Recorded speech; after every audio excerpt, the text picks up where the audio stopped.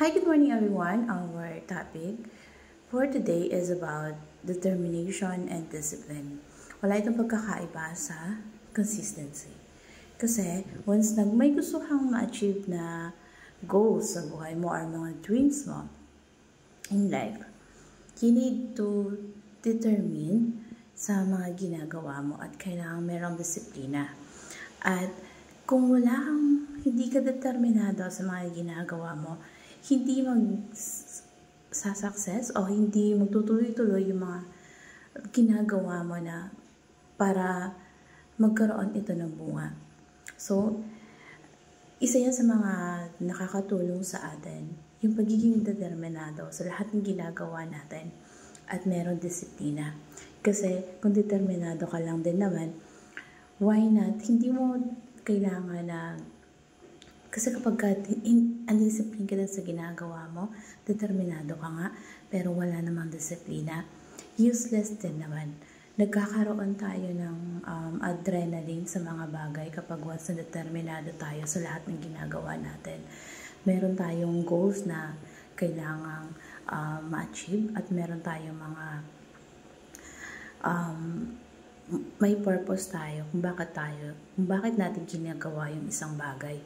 Ang pagiging determinado sa buhay, isa yan sa nagiging parang lakas mo na magkaroon ka ng, kumbaga, lagi kang inspired. Ang taong determinado, makikita mo sa kanya kung paano siya gumalaw. Talagang determined siya sa mga ginagawa niya. Parang laging active, laging jolly, laging determinado. Lagi siyang consistent sa ginagawa niya. Lagi niyang kumbaga walang sino man na makakapigil sa kanya kasi determinado siya sa mga ginagawa niya. At kapag ang taong disiplinado, pag pinagsama yung determination and discipline sa buhay natin, nagkakaroon ito ng magandang bunga na posible ang mga bagay na imposible.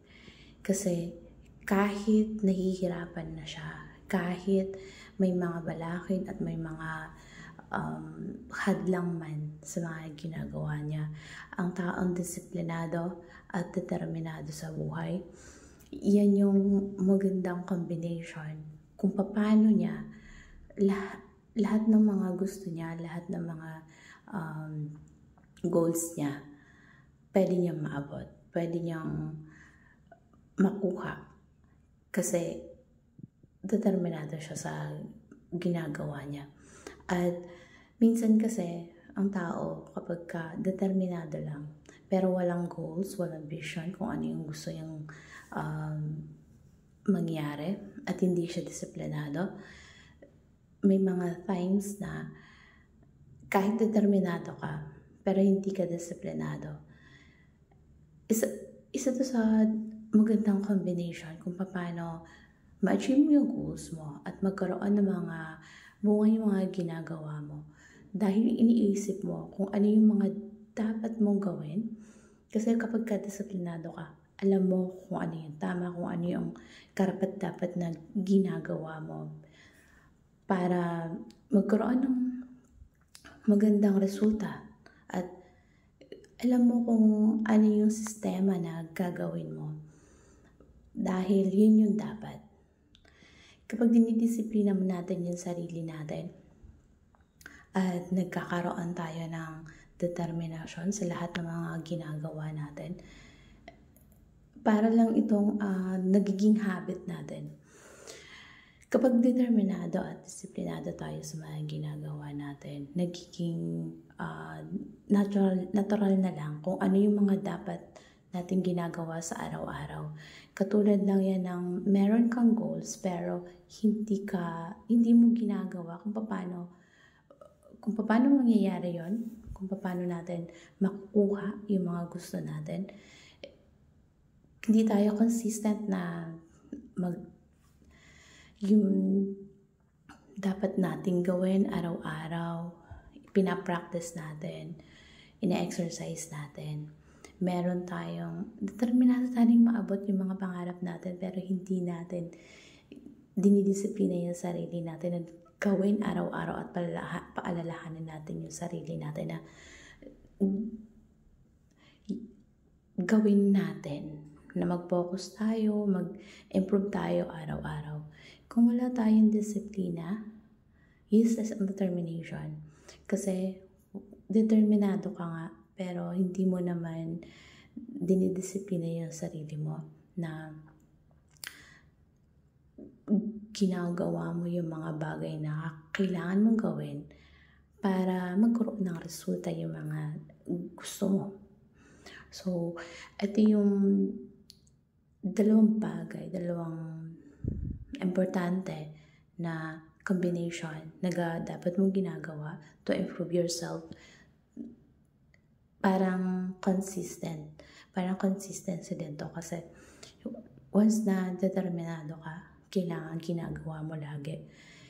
Kung meron kang, halimbawa, ikaw ay speaker sa isang program, kailangan mong i-practice. Hindi magpa-practice ka lang kung kailan magsasalita ka na. So, sa lahat ng mga ginagawa natin, once na pinagsama natin yung pagkakaroon na determination na gusto nating gawin at gusto natin magkaroon ng resulta at disiplinahin natin yung sarili natin, ito yung perfect na pagkakaroon ng isang successful leader, successful person, kasi makikita sa'yo kung gaano ka kadeterminado at kadisiplinado sa mga bagay na gusto mo at sa lahat ng mga pwede mong gawin.